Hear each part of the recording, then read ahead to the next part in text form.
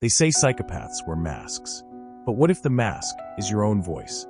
I thought I was writing a story, investigating a woman who seduced the powerful, manipulated the elite, and rewrote truth like poetry. But the deeper I went, the more I realized this wasn't an expose. This was a trap. She mirrored my mind, weaponized her pain, gaslit my identity, and before I could breathe, I was telling her story in my voice. For tactics, one psychopath. And by the time you hear this, it may already be too late to tell who's really pulling the strings. This is 4 devious tactics employed by psychopaths to influence others. A true-sounding psychological thriller you'll never fully escape. Press play, if you dare. If you think you've heard it all, you haven't. Hit follow on your favorite platform now, because the next story might just change the way you see everything. Don't miss a single twisted turn.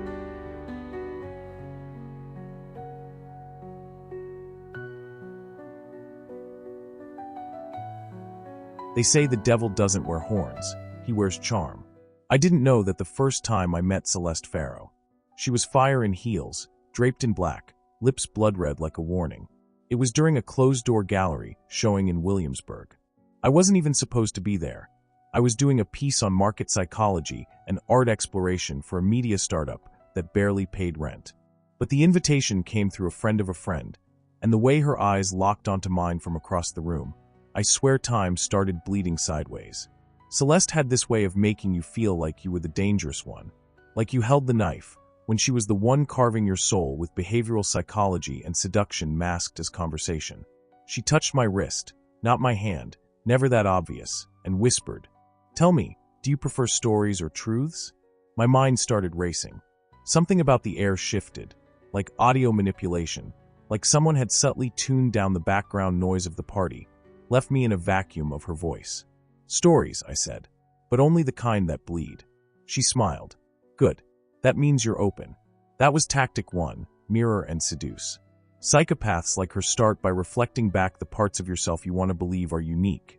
Your pain, your intellect, your desire to be seen without saying so. It's a classic NLP technique, but with Celeste it felt like dark jazz, improvised, lethal, and beautiful. She painted herself as a misunderstood entrepreneur, said she was developing a platform for ethical persuasion in leadership circles, coaching tech elites on influence mastery and emotional decision-making. Said her server room was located in a trust-neutral data space offshore. Offshore accounts, she said, aren't about money, they're about control. Control. God, that word would come back to haunt me. We became inseparable. I thought I was doing a story on her, some deep dive into engineering stories, social manipulation, maybe introspective conversations on communication for leaders. But really, I was being rewritten, manipulated. Celeste didn't share herself, she edited me. We'd stay up all night, our bodies tangled between silk sheets and philosophy books. She made me question my own ethical standards, made me feel like body intelligence was something more than just instinct. It was a weapon. Sex wasn't just sex. It was psychological warfare. After 2 weeks, she gave me a USB drive. "This is my archive," she said. "What I teach, what I protect, what I destroy." I should have walked away then. Should have known that tactic 2 was at play, the sacred confession trap. Psychopaths simulate vulnerability as a test. They give you what looks like truth, so when you eventually discover the shadowed secrets, it's too late. You've already sworn your loyalty to a lie. Inside the USB wasn't a manifesto. It was surveillance. Hundreds of hours of conversations, bedrooms, backroom deals. Intel on politicians, therapists, CEOs, and yes, con artists. Some were her clients. Some were victims. Most didn't know which they were. And me? I was suddenly the messenger with a mouth full of knives. I confronted her. She didn't flinch. "You're confusing influence with deceit," she said. "This is market dynamics, darling. Human interaction. It's not evil, it's real." That was tactic 3, moral inversion. Make the victim question their judgment. Rewire their cognitive skills. Introduce just enough psychological principles to create doubt, and enough intellectual intimacy to keep you chasing clarity that never comes. I tried to walk. Really, I did. But then she threatened to release our tapes. Not just sex, conversations, confessions, spirals. Mind manipulation framed as therapy. My journalistic notes, recorded voice memos, all carefully curated and re-edited to look like I was in on it. I never lie, she whispered into my voicemail. I just reframe. She called me from the piano studio 3 nights later. Said she was sorry. Said she wanted to explain everything. Said I could bring the USB and end it. The address wasn't hers. It was a building I recognized, old brownstone, abandoned upstairs floor turned into an echo chamber of gripping tales and shadowed truths. The air was cold. The lights were dim. She sat at the piano, tapping a single dissonant note with the calm of a priestess. I want you to narrate this story, she said. We'll call it The 4 Devious Tactics Employed by Psychopaths to Influence Others. I was frozen. In her hand, a blood-red USB. In mine was blue. She stood and walked toward me, hips swaying with the rhythm of a song only she could hear. When she kissed me, I tasted betrayal and dark psychology, a blend of art techniques and emotional awareness brewed into something almost spiritual. She smiled one last time. You'll publish it. You'll frame it. And when the world listens, they'll never be sure who the villain was. That was Tactic 4, Narrative Hijack. Own the ending. Recast the roles. Control the story before the truth even gets a chance to breathe. And so here I am, recording this into an empty room. Maybe this is media manipulation. Maybe it's true crime exploration. Or maybe it's just love, repackaged through influence psychology and whispered with a blade. But if you're still listening, don't trust your favorite narrator. He may have been chosen. The Mirror and the Flame. I met her the night my story was supposed to end. It was cold for October in Brooklyn. The kind of cold that gets under your collar and makes you feel like you're being watched, by your past, by your own bad decisions, maybe even by God. I was there to cover a private art installation in Williamsburg. Some bullshit piece on art exploration and market psychology. A last-minute assignment from a startup media outlet that barely kept my lights on.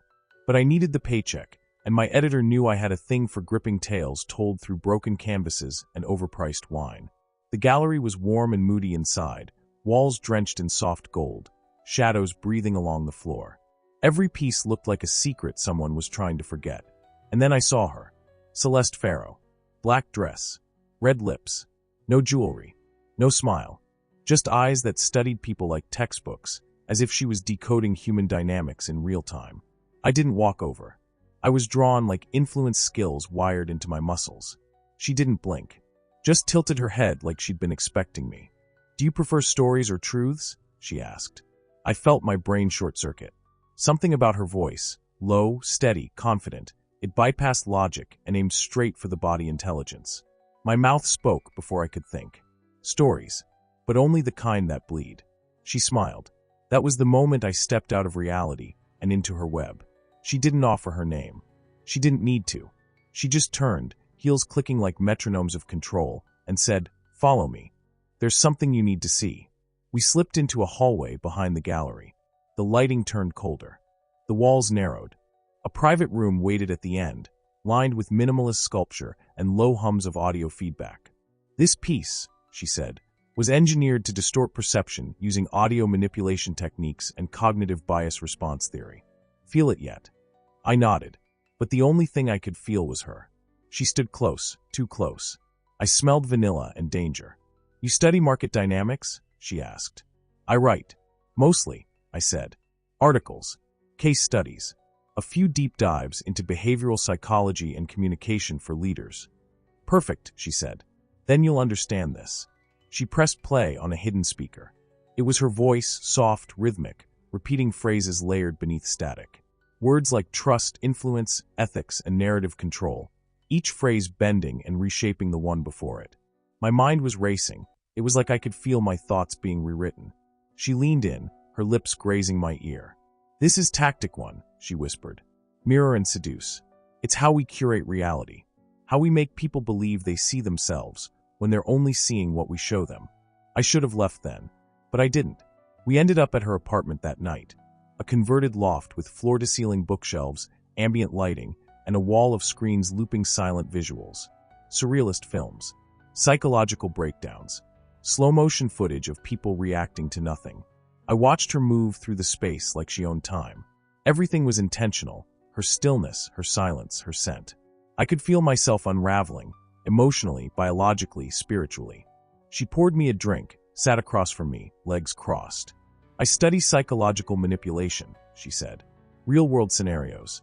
Cognitive techniques, dark psychology, influence and art. Most people crave control. But psychopaths, we crave reaction. I choked on my drink. She laughed. I didn't say I was one, she added. But I've studied them. And I teach others how to spot them. Or become them. Her eyes locked on mine. Which one are you? I didn't know.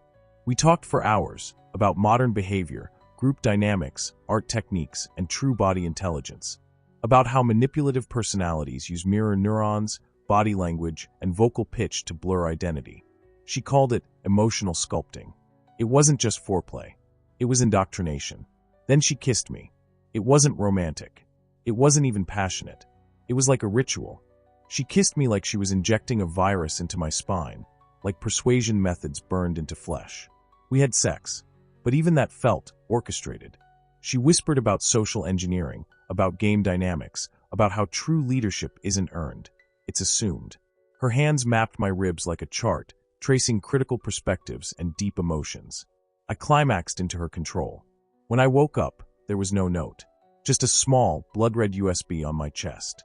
And a card. If you want to know who I am, press play. If you want to stay who you are, throw this away. The USB was cold. Heavy. It felt like a weapon. I pressed play.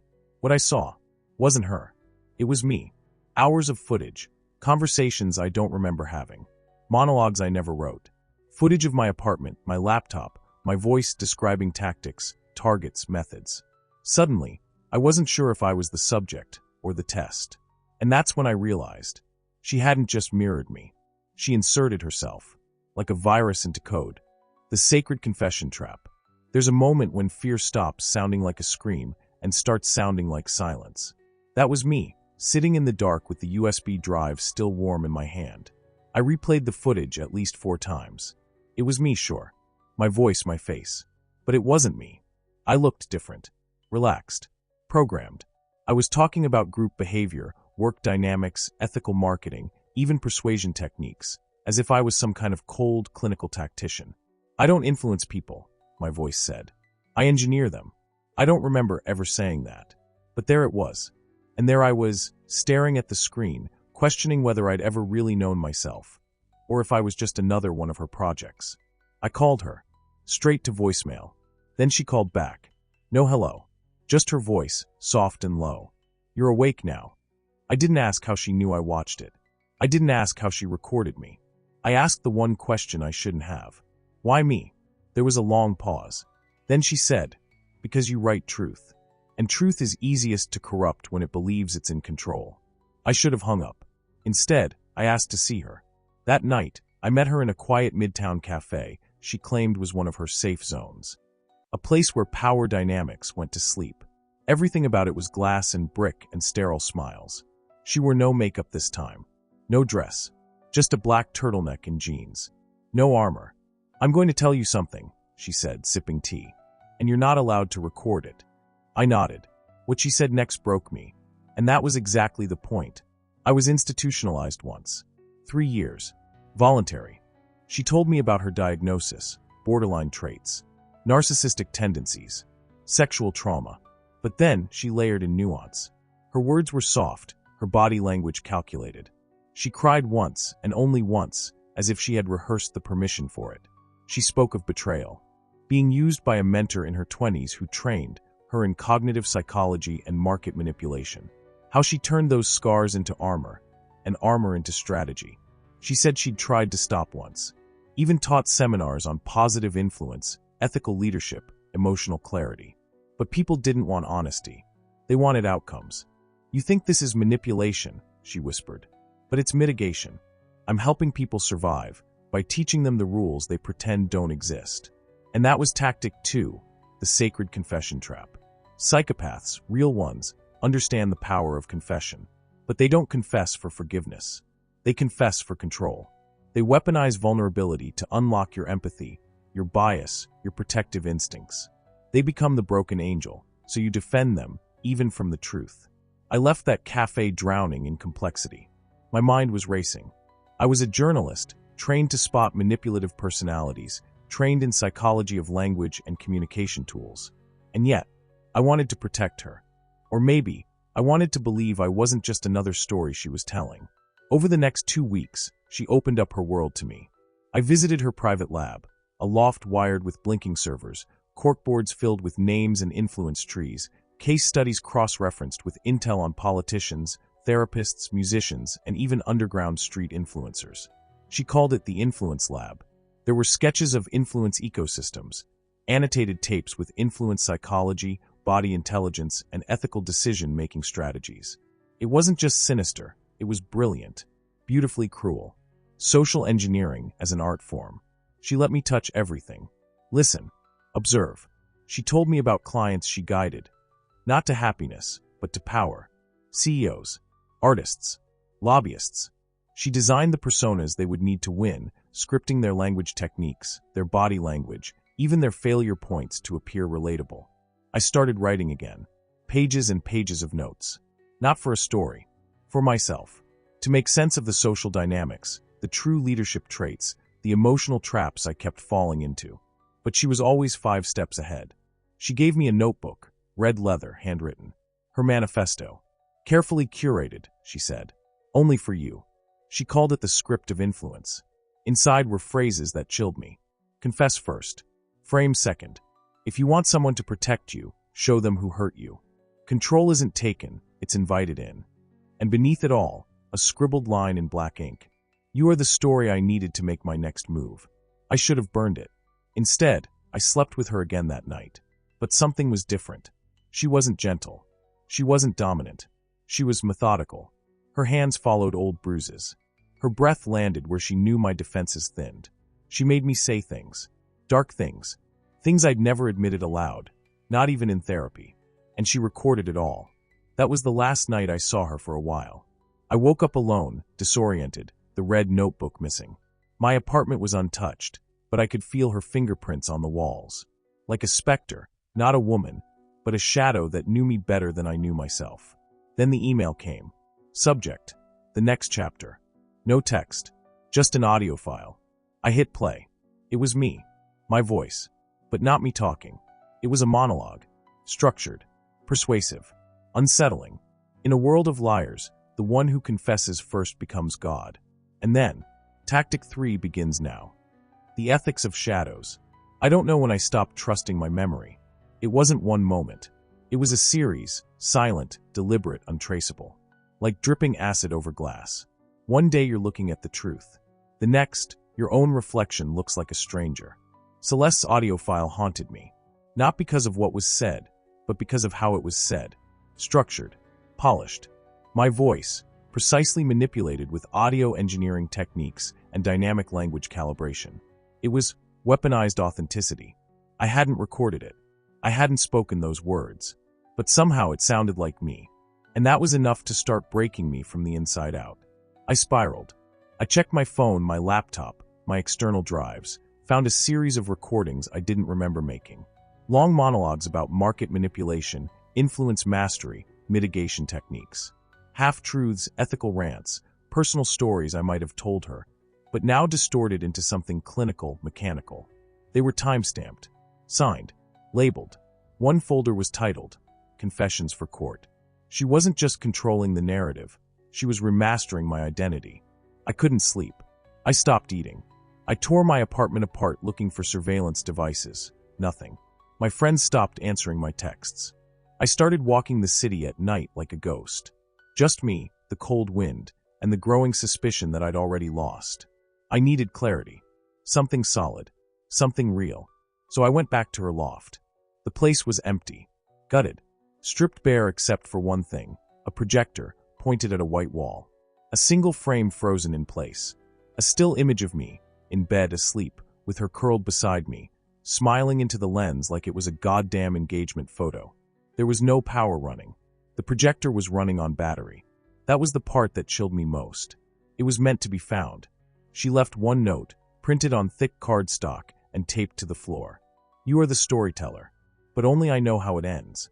That was Tactic 3, moral inversion. She wasn't just manipulating events.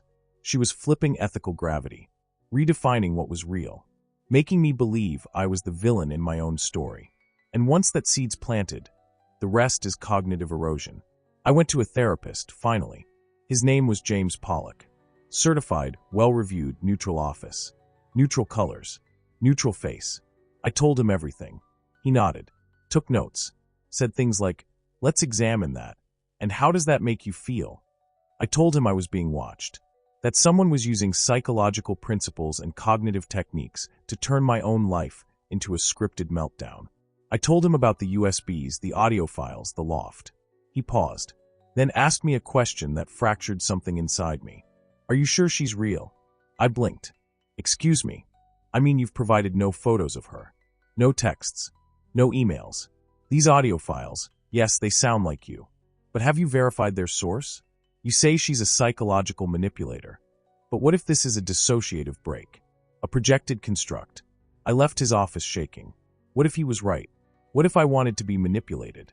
What if I created her to excuse something worse? My own ambition? My guilt? My craving for dark exploration? My need to be seen as important, chosen, used?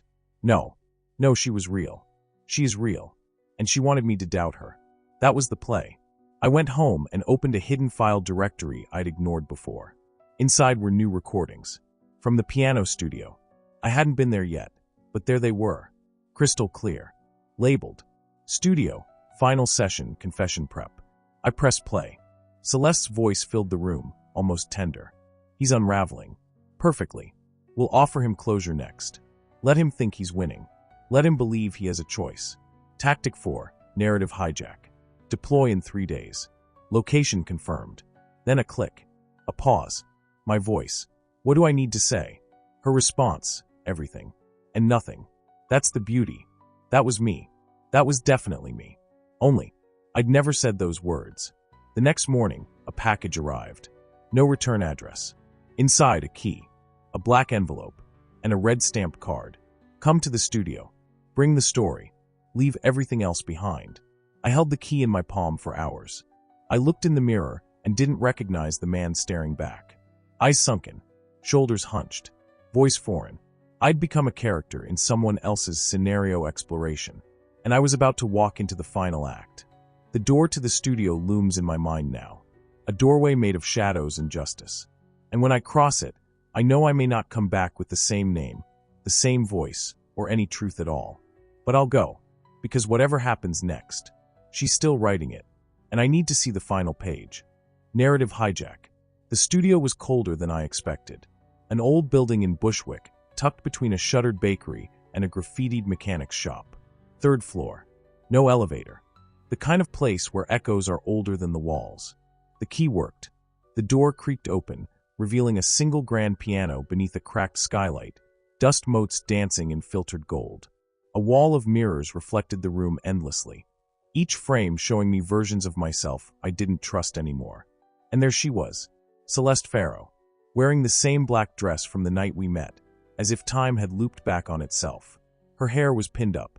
Her feet were bare. Her back was to me. She pressed one note on the piano, low, lingering, unresolved. "Do you know why you're here?" she asked. "To end this," I said. She turned, calm, radiant, a touch of sorrow in her eyes. But it wasn't real. It was the practiced sadness of a master manipulator. "No," she said. "You're here to rewrite it." There was a small mic on a stand, a recorder on the table, a blood-red USB sitting in front of it.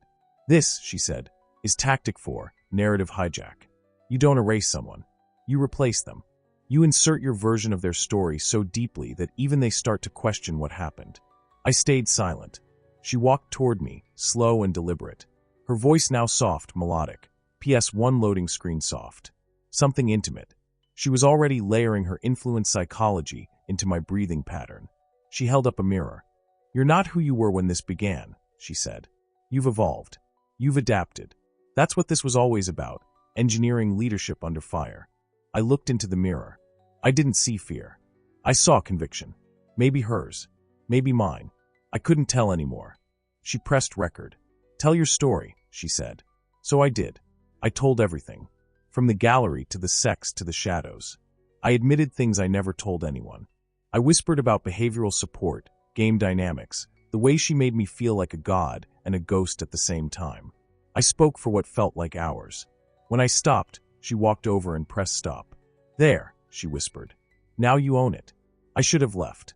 Should have grabbed the USB and run. Instead, I asked the question that had been burning for weeks. Why me? She paused. You were curious enough to follow, but arrogant enough to think you could control the fire, she said. I needed a narrator, a vessel, a witness, and most of all, I needed you to believe it was your idea. I stared at her, at the mirrors, at the recorder. You never existed, I said. Not the way I thought. She smiled. No one does. Then she walked out. Just like that. No threats. No files. No kiss goodbye. I sat there in silence, the last piano note still vibrating through the floorboards. I could have deleted the recording. I didn't. I uploaded it instead. I called it 4 Devious Tactics Employed by Psychopaths to Influence Others. It went viral. People praised its depth, its realism, its psychological insight. They called me brave, thought-provoking, a modern master of influence storytelling. I said nothing, because here's the thing. I don't know if I ever was the narrator. Maybe I'm just another voice she sculpted, another tool, another tale. But if you've made it this far, then maybe the story did its job. And maybe you're next.